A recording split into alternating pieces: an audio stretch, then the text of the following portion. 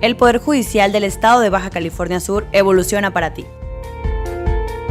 Estás sintonizando un programa de conexión ciudadana sobre temas jurídicos de interés social de una manera ágil y ligera. Buscando resolver dudas relacionadas con la impartición de justicia. Esto es Hablemos de Justicia. Comenzamos. Hola, ¿qué tal? Muy buenas tardes. Les doy la más cordial de las bienvenidas. Es un gusto saludarlos en una emisión más de Hablemos de Justicia, un programa del Poder Judicial del Estado de Baja California Sur. Estamos transmitiendo por el 99.1 FM y el 1050 de amplitud modulada, red estatal por la radio de Sud California. Yo soy la licenciada Livia Vázquez, directora de Comunicación Social del Poder Judicial del Estado, y estaré en sintonía con ustedes acompañada de la licenciada Ligia Patricia Muñoz Peña, consejera del Consejo de la Judicatura del Poder Judicial del Estado. ¿Qué tal, licenciada? Buenas tardes. Hola, muy buenas tardes, licenciada. Con el gusto de siempre, cada miércoles compartiendo este espacio con todos ustedes. Estamos transmitiendo, como bien dices, por el Instituto Estatal de Radio y Televisión, por lo que también me gustaría recordarles que se puede comunicar con nosotros al teléfono en cabina al 12-223-28 y también a los correos electrónicos hablemosdejusticia@tribunalbcs.gov.mx y también al correo hablemosdejusticia@bcs.hotmail.com. En estos correos ustedes nos pueden hacer llegar sus preguntas o algún tema de interés, alguna propuesta de parte de todos los radioescuchas. Esta tarde queremos darle la bienvenida al juez de control, licenciado Adrián Ramos Hinojosa, quien nos viene a compartir el tema del principio de presunción de inocencia. Gracias, señor juez, por aceptar esta invitación. Buenas tardes, muchas gracias por la invitación. Buenas tardes. Bien, pues para dar inicio a nuestro programa, como ya lo comentamos, hoy vamos a platicar sobre el principio de presunción de inocencia, que con motivo de las recientes reformas en materia de justicia penal, este principio hoy se observa de manera más garantista, mismo que viene inmerso en nuestra Constitución Política y en el Código Nacional de Procedimientos Penales. Este principio señala que toda persona imputada tendrá derecho a ser considerado y tratado como inocente hasta que se demuestre su responsabilidad. Pero para ampliarnos más del tema, ¿qué debemos entender por este principio, señor juez? Sí, efectivamente, como se ha ya pronunciado, el concepto de este principio, al final de cuentas, viene siendo un derecho fundamental que le asiste a todo imputado, o bien podemos decirlo también, es ese derecho que tiene toda persona que sea señalada o en su caso acusada de haber cometido un delito a ser considerada como inocente, en tanto no se declare su responsabilidad penal. Esto es a través de una serie de procesos que previamente a llegar a una sentencia definitiva se tienen que agotar previamente ciertos procedimientos. Esto es, estamos hablando desde que se inicia la denuncia ante la agente del Ministerio Público, agotar toda esa investigación. Y en su caso, una vez agotada la investigación, es en ese momento cuando se acude ante el órgano jurisdiccional a solicitar sea citada la persona para efecto de la formulación de imputación. Enseguida, en el caso de que sea vinculado proceso, la persona que ha sido señalada de haber cometido un delito, pues bien, se vienen otra serie de etapas. En este caso sería la subsecuente sería un plazo complementario para que se continúe la investigación, siempre y cuando haya sido vinculado proceso hasta llegar a la etapa intermedia. En esta etapa intermedia, pues bien, es donde se hace el ofrecimiento, depuración de los medios de prueba de los hechos, hasta llegar a la etapa, pues, que es la de juicio. Es en este momento, en esta etapa, donde se estaría resolviendo por el órgano jurisdiccional, ya sea un tribunal de enjuiciamiento colegiado unitario, en su caso, y estaría hasta ese momento resolviendo si realmente se declara responsable a una persona. Si el juez emite esta resolución en ese sentido, estamos hablando que ha sido derrotada precisamente esa presunción de inocencia, la cual, pues en su caso, desde que se inició el procedimiento, se le ha venido tratando como tal, precisamente como inocente. Bien, me gustaría saber ¿cuál es la importancia y la razón de este principio? O sea, pero de una manera que los radioescuchos nos puedan entender. Sí, bien, pues en concreto la importancia de este principio es precisamente esa seguridad jurídica que se le va a dar a toda persona que sea señalada como responsable de la comisión de un delito. Esto es la necesidad de garantizarle al acusado que no podrá ser condenado sin que existan pruebas suficientes que establezcan su responsabilidad penal. En ese entendido, se estaría justificando hasta en tanto sea declarado como responsable, se estaría justificando que se emita en su contra una sentencia condenatoria. En cambio, si estamos hablando desde que se inicia el procedimiento, toda esa etapa tendrá que ser declarado o en este caso presumido como inocente. Y tratado como inocente. Tratado como tal, efectivamente. En todas las etapas dentro del proceso. Así es. Hace un momento, pues dijimos, ¿no? Desde el momento que se solicita que sea citado para formular imputación, pero también no podemos dejar por un lado, y recordemos que también cuando sea sometido a un proceso es porque también puede ser ante la hipótesis cuando estamos ante una flagrancia en delito. Desde ese momento, cuando la persona es detenida por cometer un delito en flagrancia, desde ese momento inicia su proceso a partir de que sea puesto a disposición del órgano jurisdiccional. Toda la etapa, como se dijo, precisamente ese principio de inocencia a ser tratado como tal. Bien, es decir que en flagrancia, para que los que nos están escuchando y que no son abogados o estén expertos en el derecho, es cuando detienen a la persona cometiendo el delito, ¿no? Así es, así Bien. es. Esta es una figura en flagrancia que está establecida en el propio artículo 16 constitucional, como en su el propio numeral 146 del Código Nacional de Procedimientos Penales. Ante ello hay una serie de hipótesis en las cuales establece esta normatividad cuándo se puede considerar en flagrancia una detención. Los cuales se establecen que hasta en el momento de estar cometiendo el delito o inmediatamente después de haber cometido el delito sea señalada por una persona como el posible responsable de haber cometido un delito.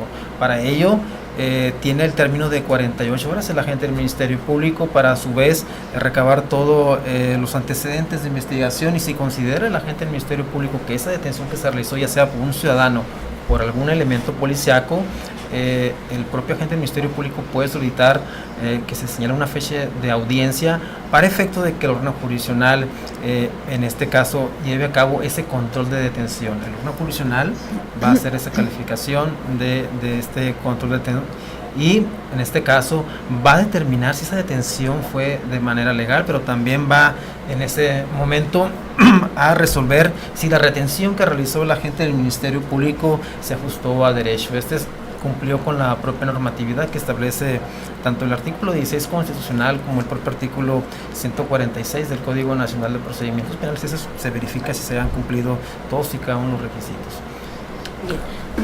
Ya más o menos nos adentraba en el tema, pero ¿a partir de qué momento se reconoce este principio a una persona que es señalada de haber cometido un delito?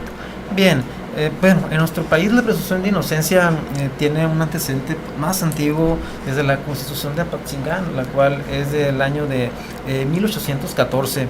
En esta Constitución de Apatzingán, de esta fecha, en su artículo 30, establecía que todo ciudadano se reputa inocente mientras no se declare culpado. Esos eran los términos ya desde entonces se venía con este tema o de este propio principio. Sin embargo, en las subsecuentes constituciones, incluida la Constitución de 1917, textualmente no apareció ya este principio. No fue sino hasta tiempo ya más recientes, la Suprema Corte de Justicia de la Nación en el año de 2002, a efecto de actualizar nuestro sistema jurídico, estableció que la Constitución de 1917 sí se reconoce este principio de presunción de inocencia de manera implícita, ello cuando se hace una interpretación de manera sistemática o armónica a los preceptos constitucionales, los cuales hace referencia, los cuales pues están en su artículo 14, en su artículo 16, en su artículo 19, en su artículo 21 y el 102. Esto es, hacer esta interpretación refiere la Suprema Corte de Justicia de la Nación que ya está de alguna manera salvaguardándose este derecho fundamental del principio de presunción de inocencia, encontrándose también pues ello resguardado también a través del debido proceso. Es de la interpretación precisamente al hacer ello la Suprema Corte de Justicia de la Nación, así como el principio acusatorio y una defensa técnica y adecuada. Posteriormente a ello, a este pronunciamiento que ya realizó la Suprema Corte de Justicia de la Nación, posteriormente, en junio del año 2008, se lleva a cabo una reforma constitucional en materia de justicia penal y de seguridad pública, modificando de manera muy significativa y de mayor importancia lo que es la impartición de justicia. Esto es modificándose de la manera en que se ha venido impartiendo la misma. Esto es, se pasó de un sistema inquisitivo o mixto a un sistema ya acusatorio, oral o adversarial, en la cual ya dentro de esta reforma implícitamente se establecía que la finalidad en este caso es el esclarecimiento de los hechos, proteger al inocente, también procurar que el culpable no quede impune, asimismo garantizar los daños causados a la víctima. Con ello pues bien se viene garantizando de todo momento la integridad tanto del propio imputado como la propia integridad de la víctima. De esta reforma pues se hizo la adopción del sistema acusatorio que trajo consigo la integración de diversas características o lineamientos de las cuales se deberían regir este sistema penal acusatorio, de los cuales quedan plasmados estos principios, ya se está plasmando el principio de presunción de inocencia, pero también recordemos que vienen otros principios como eje rector de este nuevo sistema, lo que es la publicidad, la contradicción, la continuidad, concentración y mediación, y con ello pues también lo que es la presunción de inocencia. En ese entendido, ya con esta reforma, ahora sí queda textualmente ya en nuestra Constitución plasmado este principio de presunción de inocencia, en este caso en su artículo 20, en su apartado A, en su fracción primera, el cual refiere textualmente que se presume su inocencia todo imputado mientras no se declare su responsabilidad mediante una sentencia emitida, en este caso por un juez, el juez de la causa. En el mismo sentido, ya con esta reforma viene en este caso la propia normatividad, la creación en este caso del Código Nacional de Procedimientos Penales. Exactamente. En este ordenamiento. Vamos a ir a un corte, señor juez, regresamos en unos minutos más. Bien. Gracias por continuar con nosotros. Me gustaría recordarte que puedes comunicarte en este momento al 122-2328 y contactarnos a través de nuestros correos electrónicos hablemosdejusticia@hotmail.com y hablemosdejusticia@tribunalbcs.gov.mx. Estamos con el licenciado Adrián Ramos Hinojosa, juez de control del Juzgado del Sistema Penal Acusatorio. Continuando con la última de las preguntas en relación al principio de presunción de inocencia, ¿en qué momento se reconoce? Bien, como ya estábamos en ese momento haciendo referencia que es hasta este momento ya con la reforma de junio del año 2008 cuando la propia Constitución Federal hace un reconocimiento ya de manera expresa en su artículo 20, en su apartado B, respecto a este principio de presunción de inocencia. Así también el propio Código Nacional de Procedimientos Penales de igual manera viene a recobrar este mismo concepto y ya como un derecho de igual manera que le asiste a todo imputado o acusado que sea señalado de haber cometido un delito. Esto es en el artículo 13 del citado ordenamiento procesal en cita.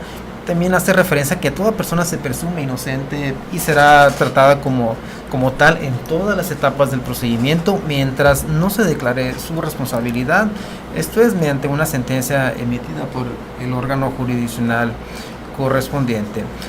Ahora bien, de esta reforma que hemos venido refiriendo, también posteriormente ya cobra mayor fuerza la propia reforma que surgió en junio del año 2011, con esta reforma en materia de derechos humanos, con la cual, con la integración ya de figuras como lo son del control de convencionalidad ex oficio, el control directo de la constitucionalidad, así como el propio principio de pro persona. Esto es, se generó un efecto positivo en materia de justicia, en el cual es importante señalar que con estas disposiciones ya constitucionales se obliga a los jueces, ¿sí?, a hacer uso de estos instrumentos internacionales en materia de derechos humanos y a realizar una interpretación de una norma conforme al principio pro persona. Esto es, de igual manera, es de alguna manera parte de lo que viene a resguardar este principio o este derecho fundamental como lo es el principio de presunción de inocencia. ¿Es únicamente el juez quien debe de observar la presunción de inocencia? Consideramos que, atendiendo a este principio, el cual es un derecho fundamental en nuestro sistema jurídico, en el cual se generan diversos efectos en materia procesal y extraprocesal, ya que la presunción de inocencia, pues bien, se debe de observar desde el momento en que la autoridad tiene conocimiento del delito, como hacíamos hace un momento referencia de que este principio se resguarda desde el momento que ha sido señalado una persona de haber cometido un delito. Entonces, si desde el momento que es señalada una persona de haber cometido un delito, a quien le corresponde primeramente conocer la noticia criminal es precisamente a la gente del Ministerio Público, ordenar a todos ellos actos procesales encaminados para efecto de establecer primeramente si puede existir alguna intervención en la comisión de un delito aquella persona que ha sido señalado. Por lo tanto, no es exclusivamente en este caso un deber de que sea el órgano jurisdiccional de que tenga que primeramente tutelar este derecho fundamental de presunción de inocencia. Esto va a iniciar a partir de que la gente del Ministerio Público tome la determinación, en este caso, pues para que lo entienda la ciudadanía, de abrir una carpeta de investigación, de iniciar esta investigación para, en este caso, establecer primeramente si realmente existe una probabilidad de haberse cometido un delito, pero también que existe esa probabilidad que de la persona que esté señalada de haber cometido el delito sea la persona que se cuente con algunos indicios, datos de prueba precisamente del cual pues se estaría encargando la gente del Ministerio Público de recabar a través de los agentes policiales. En ese entendido considero que es desde el momento de la noticia criminal que le corresponde a la gente del Ministerio Público tutelar este principio de presunción de inocencia. Por lo tanto, no es exclusividad únicamente del órgano jurisdiccional. Incluso considera que forman parte también la propia sociedad, así como los medios de comunicación, en que considero de que debe haber ese respeto hacia la persona que esté siendo señalada de haber cometido un delito.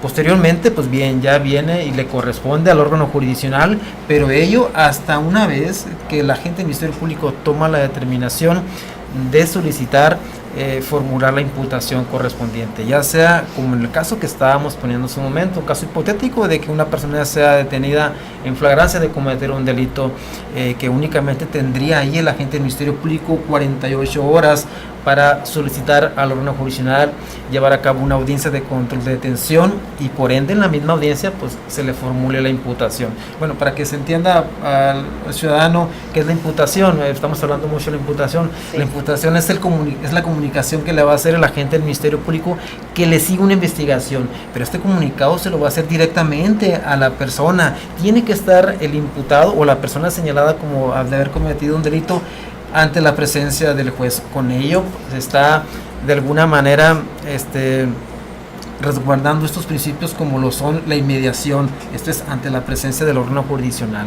Ahí la gente del Ministerio Público le hace este comunicado que le sigue una investigación, le va a hacer de su conocimiento, las circunstancias de tiempo, modo, lugar en que aconteció el hecho, qué personas deponen en su contra, qué clasificación jurídica, esto es, le va a decir, por estos hechos se puede establecer el hecho delictivo, no sé, un ejemplo, robo, lesiones, homicidio culposo, violación, etcétera. Cualquiera de los delitos ahí le va a hacer saber. En ese entendido, es hasta en ese momento que ya viene por parte del órgano jurisdiccional la obligación de tutelar este principio de presunción de inocencia. Esto es, ese trato que se debe de tener a esa persona, de que se considere hasta ese momento como inocente o que se presuma su inocencia, como ya dijimos, hasta en tanto en la etapa que sería la etapa de juicio ya se pueda resolver de manera definitiva y emitir, si en este caso se declara su responsabilidad. Se debe de probar que sí fue culpable, ¿no?, de lo Así que se es, le ya en imputó. esa etapa. Bien. ¿Qué formas tiene usted, señor juez, para garantizar esa protección? O sea, yo sé que he venido hablando en relación ahorita al Ministerio Público, en fin, ¿no? Me gustaría, así, insisto, de manera no técnica, Sí. que las personas puedan entender cómo usted como juez protege el principio. Bien, respecto al orden jurisdiccional, del momento en que ya ha sido puesto a disposición del órgano jurisdiccional, hablando de que haya sido una persona detenida en flagrancia, que hayan transcurrido las 48 horas y que el órgano jurisdiccional, en este caso, va a resolver la situación jurídica de esta persona. Es el momento en que se ordena que esté presente el imputado. Esto es, desde cómo se van a dirigir, algo tan simple, desde cómo se va a dirigir tanto la defensa, el asesor jurídico, el propio agente del Ministerio Público, cuando haga referencia que se tiene señalado a una persona como posible responsable de un delito. Esto es, ¿qué es lo que primero observa el juez en este momento? A ver, no puede ni siquiera señalarlo como el responsable de haber cometido un delito, no. Es únicamente, como la propia denominación de nuestro Código Nacional de Procedimiento establece, que es únicamente señalarlo como tal, Sí. como un sujeto procesal. Esto es, la denominación lo es imputado, mas no puede permitir el órgano jurisdiccional que esté señalado en ese momento como el culpable ni el responsable de cometer un delito. Es algo como así muy simple, de lo que uno como jurisdiccional sí tiene que tutelar ese derecho. También lo podemos nosotros observar desde el momento en que se va a resolver su situación jurídica. Esto es ver todas las circunstancias en que acontecieron los hechos que se le están imputando a esta persona, y en base a ello, pues bien, el órgano jurisdiccional es una forma de tutelar. Otra de las formas también considero que se deben de tutelar este derecho o este principio es el momento de solicitar las medidas cautelares, con las cuales Sí. son solicitadas por el agente del Ministerio Público, o en su caso medidas cautelares que están solicitadas por la víctima u ofendido. Recordemos que estas medidas cautelares van a ser peticionadas por el fiscal o por la víctima una vez de que haya sido vinculado a proceso. Sí. Esto es, estas medidas cautelares es con el fin de sujetar a esta persona, garantizar su presencia dentro del proceso, garantizar la seguridad de la víctima, a fin de también que se garantice la no obstaculización del procedimiento. Desde este momento, el órgano jurisdiccional va a atender a este principio en el sentido de que no se puede permitir de que todas las decisiones que se vayan a tomar sean encaminadas a que sea imponer de forma anticipada alguna pena, en este caso una pena blanda, una pena privativa de libertad. Por lo tanto, en este caso, si no justifica el agente del Ministerio Público la necesidad de esa cautela, Así es. pues en ese entendido, si no la justifica, no es procedente imponer ninguna medidas cautelares. Esto es Como la de prisión, por ejemplo. un ejemplo, Que es como la de más prisión. cuestionada, ¿no? Así es, como Así cuestionada. Y si bien en ocasiones Ya. Ay, señor juez, discúlpenos. Siempre pasa lo mismo. Ya, se nos vino el Sí. tiempo encima, fue rapidísimo este programa, hemos llegado al final de la emisión. Hablemos de Justicia.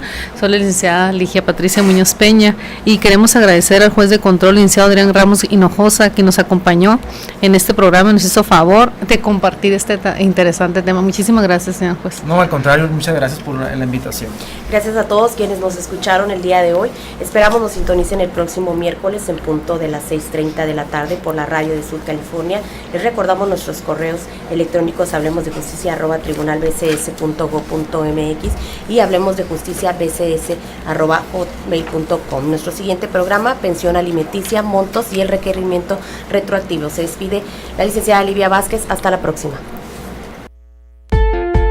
Esto fue Hablemos de Justicia, un programa del Poder Judicial del Estado de Baja California Sur en coordinación con el Instituto Estatal de Radio y Televisión.